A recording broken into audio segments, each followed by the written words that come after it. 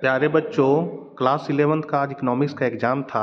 आप लोगों ने कितना सही किया क्वेश्चन से और इस वीडियो को देखकर आंसर मिला सकते हैं, कमेंट बॉक्स में ज़रूर बताइएगा। क्लास 12th में आर्ट्स का सभी विषय का यदि महत्वपूर्ण विषयों की तैयारी करनी है तो चैनल को सब्सक्राइब करके बेल आइकन ज़रूर दबा लें। तो चलिए हम लोग क्वेश्चन को फटाफट मिला लेते हैं। तो आपका इकोनॉमिक्स में पहला क्वेश्चन जो आया था वो था, वितरण के अंतर्गत निम्नलिखित में से किसका अध्ययन किया जाता है। तो यहाँ पर ऑप्शन है वस्तु की कीमत के निर्धारण का, उपभोग का, उत्पादन का या फिर लगान निर्धारण का। तो यहाँ पर है वितरण के अंतर्गत, तो यहाँ पर आपका करेक्ट आंसर जो हो जाएगा वो हो जाएगा लगान निर्धारण का। दूसरा क्वेश्चन है, निम्नलिखित में से किसके द्वारा आपको गुणात्मक आंकड़े उपलब्ध होंगे। तो बुद्धि, वजन, विषय में प्राप्तांक या फिर आय। करेक्ट आंसर जो है वो हो जाएगा बुद्धि। तीसरा है, एक सर्वेक्षक आंकड़ा संग्रह के क्रम में गलती से 31 के स्थान पर 13 लिखता है, यह निम्नलिखित में किस त्रुटि का उदाहरण है। तो यहाँ है सर्वेक्षण त्रुटि, प्रतिचयन त्रुटि, अप्रतिचयन त्रुटि या इनमें से सभी। करेक्ट आंसर जो होगा वो हो जाएगा अप्रतिचयन त्रुटि। चौथा नंबर है, आंकड़ा संग्रह करने वाला व्यक्ति क्या कहलाता है। तो शिक्षक है, गणनाकार है, वकील है या फिर नेता है। आपका करेक्ट आंसर जो है वो चौथा का हो जाएगा गणनाकार। पांचवा है, किस प्रकार के प्रश्न में उत्तरों के विकल्प नहीं दिए जाते हैं। द्विध प्रश्न, मुक्तोत्तर प्रश्न, बहुविकल्पीय प्रश्न या संचरित प्रश्न। आपका करेक्ट आंसर जो होगा वो हो जाएगा मुक्तोत्तर प्रश्न। छठा नंबर है, राम एक गांव की जनसंख्या को उम्र के आधार पर वर्गीकृत करता है। राम के द्वारा किया गया यह वर्गीकरण क्या कहलाता है।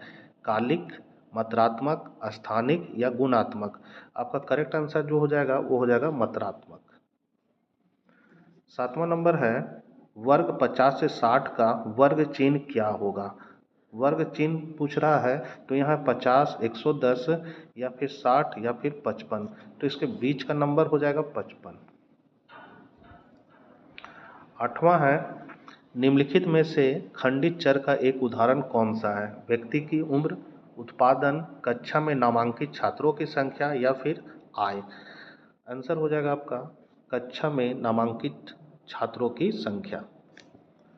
नौवां है, 12, 8, 10, 14 तथा 6 का समानांतर माध्य क्या होगा। सबको जोड़ देना है और जितना नंबर है उतना से भागा लगा देना है। आपका करेक्ट आंसर जो है वो हो जाएगा 10।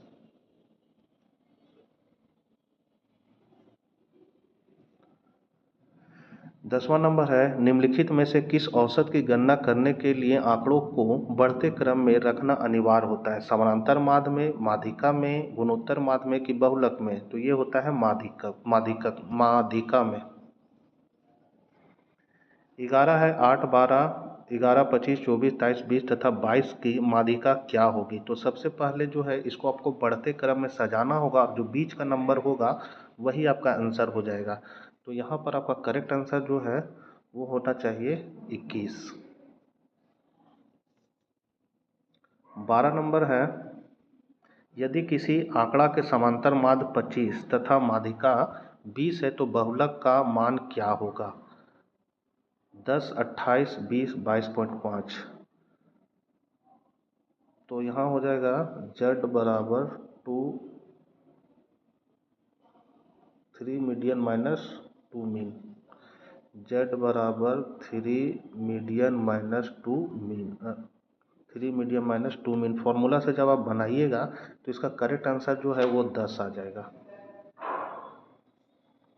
13 नंबर है, आंकड़ा को पंक्तियों और स्तंभों में प्रस्तुत करने की क्रिया क्या कहलाती है।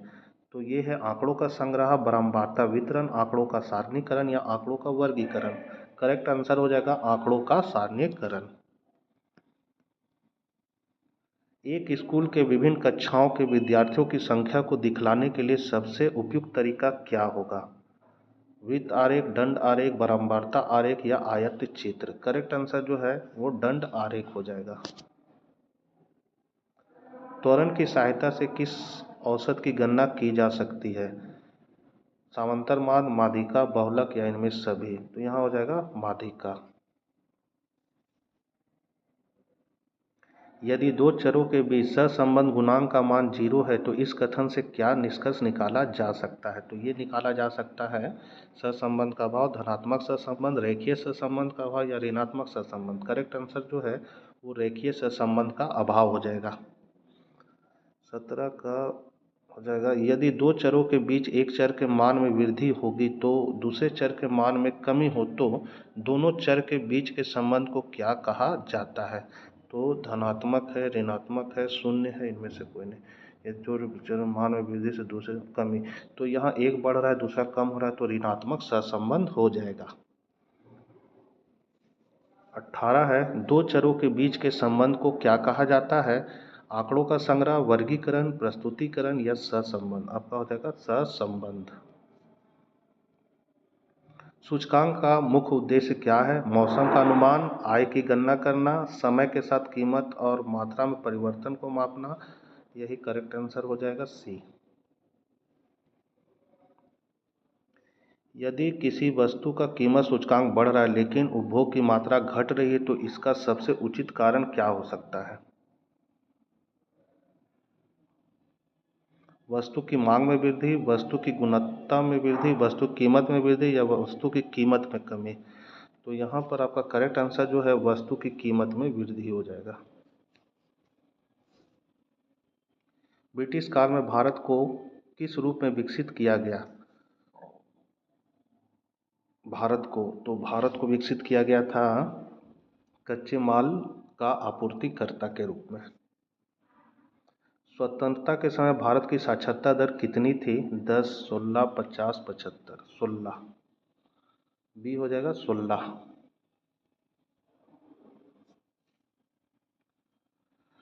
1947 से 1990 के बीच भारत ने किस प्रकार की अर्थव्यवस्था को अपनाया? पूंजीवादी, समाजवादी, मिश्रित या फिर मुक्त बाजार अर्थव्यवस्था। करेक्ट आंसर हो जाएगा मिश्रित अर्थव्यवस्था को अपनाया। हरित क्रांति का मुख्य उद्देश्य क्या था? उद्योगों का विकास, निर्यात बढ़ाना, कृषि उत्पादन बढ़ाना या सेवा क्षेत्र का विकास। कृषि उत्पादन को बढ़ाना, उत्पादन बढ़ाना। 25, भारत में पंचवर्षीय योजना की शुरुआत कब हुई थी? तो ये हुआ था 1951 में। 1950 को बना, 1951 से शुरू हो गया काम करना। 26 है, यदि नई आर्थिक नीति लागू नहीं की जाती है तो भारत की अर्थव्यवस्था पर सबसे संभावित प्रभाव क्या होगा? तो संभावित विदेशी निवेश बढ़ जाता, आर्थिक संकट और गहरा हो जाता, निर्यात में वृद्धि होती, भारत में विकास की गति तीव्र होती। नई आर्थिक नीति लागू नहीं की जाती तो भारत के अर्थव्यवस्था सबसे संभावित प्रभाव क्या होता? तो यहाँ हो जाएगा आर्थिक संकट और गहरा हो जाता। भारत में नई आर्थिक नीति कब लागू की गई थी? तो ये किया गया था 1991 को। मानव पूंजी से क्या तात्पर्य है? तो इसका तात्पर्य है आपका मशीनें, सड़कें, मनुष्य का ज्ञान और कौशल। ज्ञान आधारित अर्थव्यवस्था के रूप में भारत के रूपांतरित होने के लिए निम्न में से कौन सा कारक उत्तरदायी है? तो ये हो जाएगा आपका इनमें सभी नहीं। सूचना और प्रौद्योगिकी का विकास। यदि सरकार तकनीकी शिक्षा पर अधिक निवेश करती तो इसका संभावित दीर्घकालीन प्रभाव क्या होगा? सरकार को उसका आपको बेरोजगारी बढ़े, कुशल श्रमिकों की संख्या बढ़ेगी। सी ऑप्शन हो जाएगा। ऑपरेशन फ्लड का संबंध किससे है? तो ये है दुग्ध उत्पादन से। डी हो जाएगा दुग्ध उत्पादन। यदि ग्रामीण क्षेत्रों में सिंचाई सुविधा बेहतर कर दी जाए तो इसका दीर्घकालीन प्रभाव क्या हो सकता है? कृषि उत्पादन बढ़ेगा, किसानों आय बढ़ेगी, ग्रामीण कम। यहाँ हो जाएगा इनमें सभी। जैविक कृषि का मुख्य उद्देश्य क्या है? तो रासायनिक उर्वरक पर बढ़ावा, केवल उत्पादन बढ़ावा, कीटनाशकों का प्रयोग बढ़ावा, पर्यावरण संरक्षण। तो इसका करेक्ट जैविक कृषि, तो इसका जैविक कृषि का मुख्य उद्देश्य हो जाएगा पर्यावरण संरक्षण करना। निम्नलिखित में कौन सा संगठित क्षेत्र का उदाहरण है? तो ये उदाहरण है संगठित है तो सरकारी विद्यालय का शिक्षक। यदि किसी देश में अनौपचारिक क्षेत्र में कार्यरत लोगों की संख्या लगातार बढ़ रही है तो इसका सबसे संभावित कारण क्या हो सकता है? तो इसका हो जाएगा संगठित क्षेत्र में रोजगार का कम अवसर होना। अनौपचारिक क्षेत्र से क्या तात्पर्य है? तो इसका तात्पर्य है अनौपचारिक सरकारी, अनौपचारिक, तो अनौपचारिक का हो जाएगा बिना सामाजिक सुरक्षा वाली नौकरियां।